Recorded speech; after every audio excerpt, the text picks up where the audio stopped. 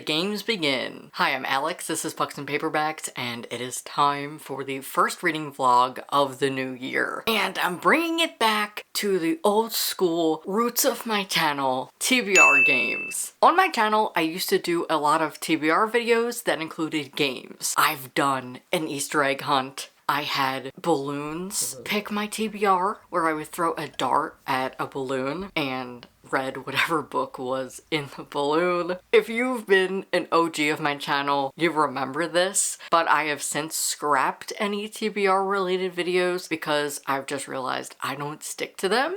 The game part was really fun, but the execution was horrible on my part. But if you watch any piece of my content, you'll know I love to turn my reading into games. So I thought, why don't I kick off 2025 by bringing back some TBR games for this week? So I thought to kick off the new year, why don't I put some games together and read some books, just like old times. I'll be reading 3 books in this vlog, and I have 3 games that are going to help me pick them. This month, the Readathon TBRAthon is going on. It's created by Leandra the TBR Zero. I'll have her linked down below, as well as anything about the Readathon if you want to check it out. It has 3 different boards you can use, so I'm going to use the Chutes and Ladders version. I will be playing this throughout the month just on my own, but for the vlog's sake, I'll only be reading 1 book. Next, Leo comes in, my cat. I have a video where I had my cat Luna pick my TBR, RIP. So my new cat Leo, he is going to help me, and I have his treats ready. I also just gave him a new toy, so I think he's gonna be pretty cooperative. And last, I'm going to be doing this iconic TBR game that is unfortunately no longer existent, but I found a video from somebody that did it, and this is Pin the Tail on the TBR Cart. I am so upset that this creator is no longer on Booktube and the videos are privated, because this was such a hilarious way to pick your TBR, but also a very me thing. To play this, it's similar to Pin the Tail on the Donkey. You may have played it as a kid at a birthday party. So here's my TBR cart. I have filled it with books I want to read this month. I have this arrow, and I'm going to blindfold myself, twirl around a couple times, and this will soon have a magnet on it. If I can remember where I put them, I swear I bought them, and they are nowhere to be seen. So I will use this to pin the arrow on the TBR cart, and wherever the arrow lands is what book I read. This is going to be chaotic, but in the best way. That's how I'm kicking off my 2025 reading, with some games, like old time's sake.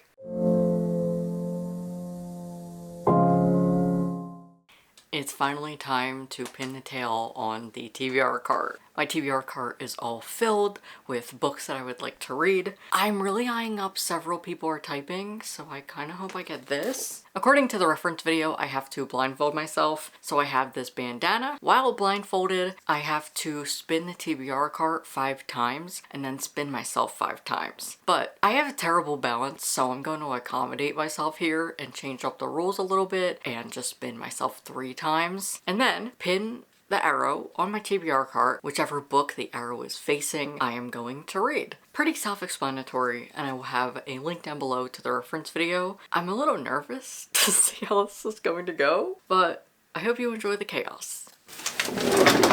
1, 2.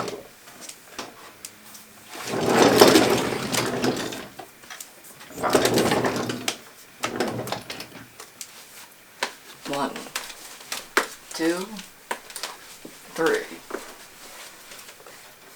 Okay.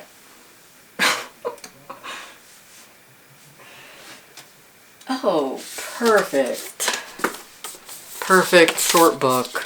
This is the hardest TBR game ever, or I'm just making it more complicated. I've had several technical difficulties. I now have some bloopers to share with my patrons next month, which is good. There was literally a part, y'all, I don't know how I got here, but I did. Oh, oh my god. Well, my patrons... Okay, wait, this is my tripod. So where am I going that I don't have my cart in front of me? I might have to stop right now because I don't know where the cart... How did I get here? I commend the person who created this because that was very difficult. And I feel like it probably shouldn't have been as difficult as it actually was. But what did I pick? I picked Lucy Uncensored, and I'm happy because I wanted a short book, and I was sent this book and I want to read some new releases, so this is perfect. This is a trans book about a trans girl who wants to go to college, and she wants to see if she can go to an all-girls college, but she doesn't know if they're going to be accepting of her, so it's about a road trip with her friend, and I'm really excited. And this is a short one, so it looks like it's something I could read in like a day or something. So what a good TBR I have for this video, even though this part was so complicated.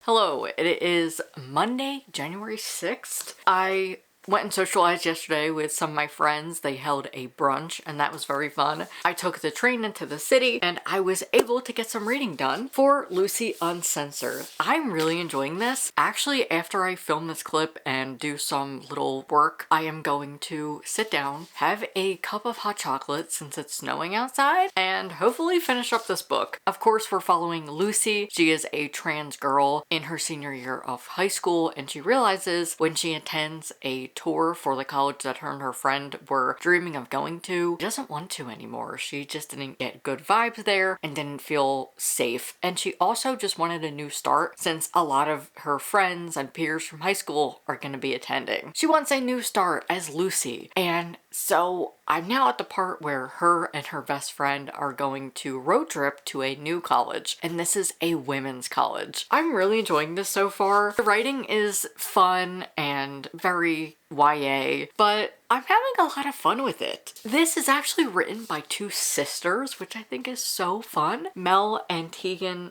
Hammond, and like I said, I'm really enjoying it so far. It dives deep into theater as Lucy and her friend are directing a school play, and right now they're getting some pushback from the school, and it really talks about transness in a way that you just see a girl wanting to exist. Ironically, my first read of the year last year was a middle grade about a trans girl, and it talked about activism and just wanting to fit in, and I get the same vibes from this. But like I said, I'm really enjoying it. I don't really have too much more to say, but I am going to sit down and try and power through it. It reads very fast, and I was able to read a bunch of it on the train yesterday. So those are my thoughts right now. I just figured I would update you, and of course I will update you once I am officially finished.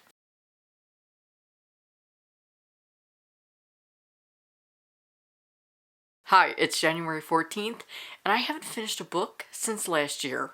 I can make that joke because, yes, it has taken me 14 days to read this book that is under 300 pages. I have just been avoiding it. I have been really anxious lately. My mental health, not the best, but I feel like now that I've finally finished my first book of the year, I can move on to others. And I can get back into the swing of things for reading. But I'm here to review Lucy Uncensored. I was actually sent this by the publisher, which I believe is Knopf Books. I'm probably saying that wrong, but thank you to them for sending me a copy. All of my thoughts are my own. I enjoyed this for what it was. It's a YA coming of age about a trans girl named Lucy who is attached to the hip with her friend Callie. They love theater, and at their high school they are rewriting and directing a Shakespeare play. They've made it very queer and trans, but ultimately because it's about being trans, they get pushback from the school board. They're scared and confused and just do not know what to do because this was their in for a theater program. They have been wanting to go to the same college together for years now. They have Pinterest boards dedicated to it, and when they go on a visit, they realize maybe this is not for them. Lucy specifically, it's like, do I want to be around everyone that I was at high school with, or do I want a fresh start? And she does. She wants a fresh start. So she goes home and researches LGBT-friendly colleges. She stumbles upon Boatot, which is a women's college, but she doesn't know if they've ever admitted a trans woman before. So her and Kelly embark on a road trip from central PA to, I don't know where this is specifically set, but it's somewhere around Virginia. The school has a beautiful theater and great theater department, so they're in. They go and visit, and there are LGBT friendly people there. There's a lot of queer and trans folks, and while they're there are protests going on from the trans and non-binary students, especially trans men who have realized their identity while they're there, but they've never had a trans girl enroll before. There were language of people saying like, oh, well, there's just people who are on campus and they go here and they realize they're not women, so we don't really know what to do about them. And so there's a lot of people who are protesting to get graduation things in order and just to make it a more LGBT and trans friendly campus. Now, my big gripe, I am going to give you a trigger warning here for transphobia, because there is a lot of transphobia in this book, and like, yeah, as a trans person, it happens. So there is a good balance of joy versus transphobia and just horrible shit that she has to deal with. And yeah, this is a YA, so it's not as graphic, but there's just a scene that really rubbed me the wrong way, and I just want to know what the author's intention was here. When Lucy finds Boatot, she is fixated on this, and she goes to find the theater department online and finds the professor. The professor has a son named Ian, who she ends up finding, and they connect on Instagram. Now, he thinks that she is transferring from this school central where they were going to go originally. And she never tells him that she's a senior in high school. She goes and meets him. He's kissing her. They have a lot of intimate scenes where they're making out and kissing. And there's some, like, touching. But it doesn't really go farther than that. So there is a scene where she loses her wallet, which was in a jacket that she was lent. And she goes to Lost and Found to find it. Ian is with her, as well as, like, the group of people she's with. Callie's there and a bunch of other people that she met at college. And she cannot get her wallet unless she tells them what the name is. And she doesn't want to say her dead name because the ID and license is not up to date. And this security guard is an asshole and makes her say the name. And everybody's like, oh my god. And then Ian is like throwing a fit. He throws a tantrum and is being very disrespectful and transphobic and disgusting. Like I said, he's not violent or anything, but he is spewing a lot of transphobic shit. And I was really scared that that was going to happen. I was really anxious because I was like, this is what's happening. I know that this is coming, but I'm hoping it's not because it's a YA. And so Ian is going into his senior year of college. Lucy is in her senior year of high school. I imagine she's 18. I don't know anything that says that in the book, and honestly, I totally understand that this happens to trans women especially, and obviously as a trans person, I know that this happens, but I just wish it didn't happen in this book because it just doesn't really go anywhere after that. Everybody's just like, oh, fuck that guy, we're gonna try and get him banned from campus, and that's it. Lucy doesn't really learn from her behavior because she does some shitty things to Callie, and they do talk about it, but I just wish it would have been more fleshed out. And I wrote in my review that I posted on Storygraph, I just wish there was more of her connecting and confiding in trans people. Now the thing is, she is from a small town in central PA, and she is the only trans person there, so I understand why she isn't really confiding in trans people because she only has an internet friend who is a trans girl. And I just wish it would have been talked about more and maybe a learning lesson, because instead I'm just like, why did this happen? Because I would have rather had him getting angry and upset that she's in fucking high school and he's a grown man.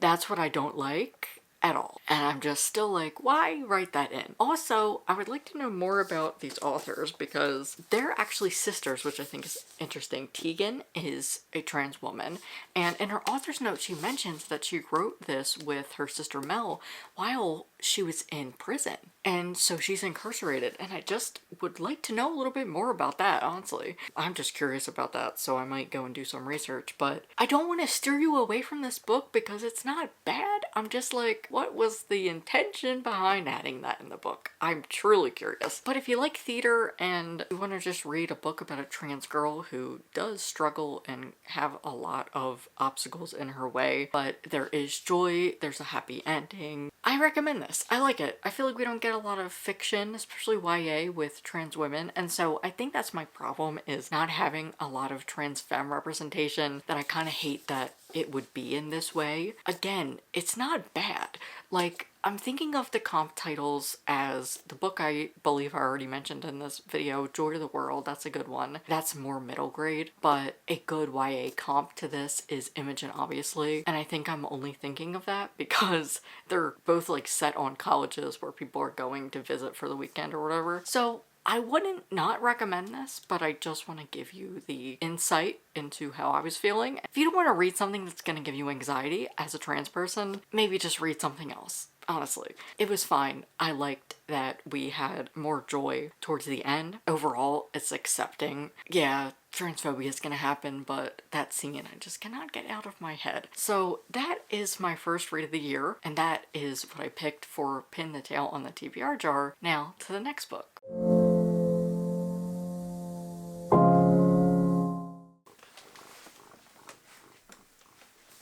Oh, good choice. Great choice. Great choice. Good job.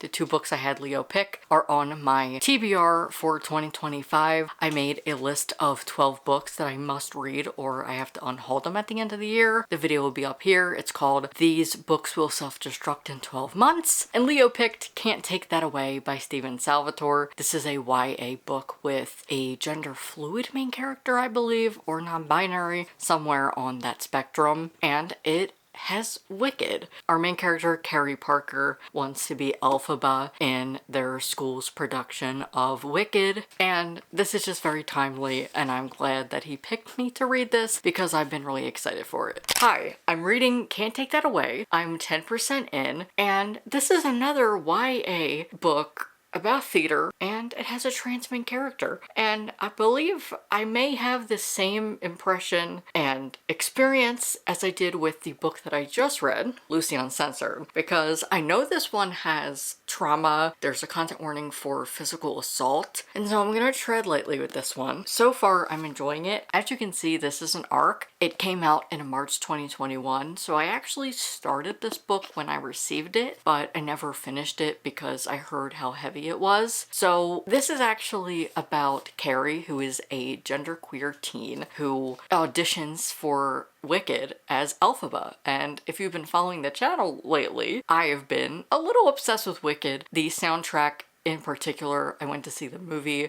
when it came out and I thought it was amazing. So I'm excited to be reading a book featuring a trans character who resonates with Elphaba. And just that we have some Wicked in here, I'm really excited about it. And I don't have too much to say about it, but I wanted to check in and just say hi, I'm reading. But like I said, I did start this when I received it back in 2021, and I don't know how far I got, but as I'm reading, I'm seeing some tabs and highlights, so I must have read at least 10% before I put it down. But I don't have too much more to say. I'm enjoying it so far, but we'll see. Like I said, I'm really treading lightly because I want to read some happy books, and I don't know if I want to read a book back to back about queer trauma, and especially trans trauma. And it's just making me think about how we have evolved since then. Because back in the day, a lot of the queer and trans books were all about trauma, and usually you were reading a trans book where the character was assaulted in some way, and that was actually liberating for me when I started reading it. But as I got into more books that had joy, it did help me shape the way I was thinking about myself more. And I'm just thinking about how when people were asking me what my favorite books were that had trans characters, most of the time it was about a trans character being assaulted, because that's all we really had. So the fact that I haven't read a book like that in a long time, it's just making me think of how hopeful and happy I am that trans teens don't have to just experience books about trauma and assault. Because yeah, that does happen. We've seen this through and through over the last couple years, especially the last year it was more focused on, and I feel like we got more news about this, of trans teens unaliving themselves or just being physically assaulted and injured at school and harmed. So yeah, it's important to have books like this, but I'm just glad that evolved since then, and those books are kind of being phased out, and I haven't read a book where a trans character has been assaulted in a long time, which I'm sorry to laugh, but it's sad to say that when I first came out and I was reading books with trans characters, that's literally all I had. This is just to say, I'm glad that there's more stories now about joy than there are about being assaulted, but I have read reviews that say there is at least joy in here, but I'll see how this goes. I'm interested to see how it lives up today versus coming out in 2021, because I do know there was a lot of buzz and mixed reviews about it. I was looking at my Storygraph reviews and there's a lot of mixed feelings. Like, some folks that I really trust gave it a 5-star versus others were like, hey, I'm not really sure about this. So I'm interested to see what my final conclusion is. But as I said, so far I'm enjoying it. I will update you next at the halfway point.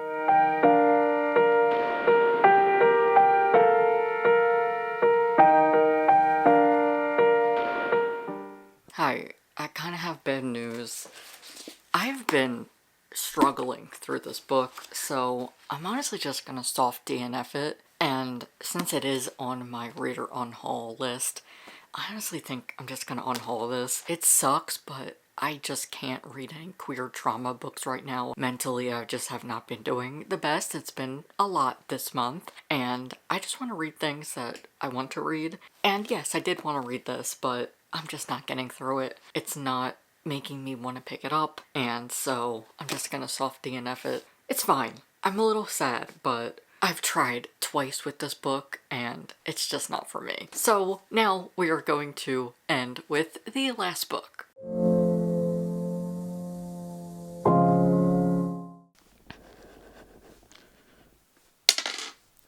Six. 1, 2, 3, 4, 5, 6. Title that begins with the. Leandra, that is so easy. Thank you. Well, this works perfectly because on my TBR this month is The Truth According to Ember. It's an indigenous romance, and I had it on my TBR originally for BuzzWordathon since this month's prompt is Truth and Lies. That'll be easy. Hi, it's Monday, and it was a long weekend with the TikTok ban and just everything that's going on right now.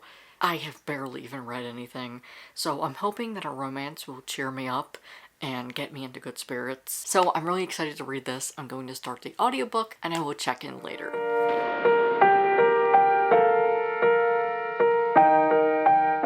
Hi, it's Wednesday. I wanted to update you because I am almost 50% into The Truth According to Ember, and I'm really enjoying it. This is the first traditionally published Native romance. This is a workplace romance between two Native American people, Donawa and Ember.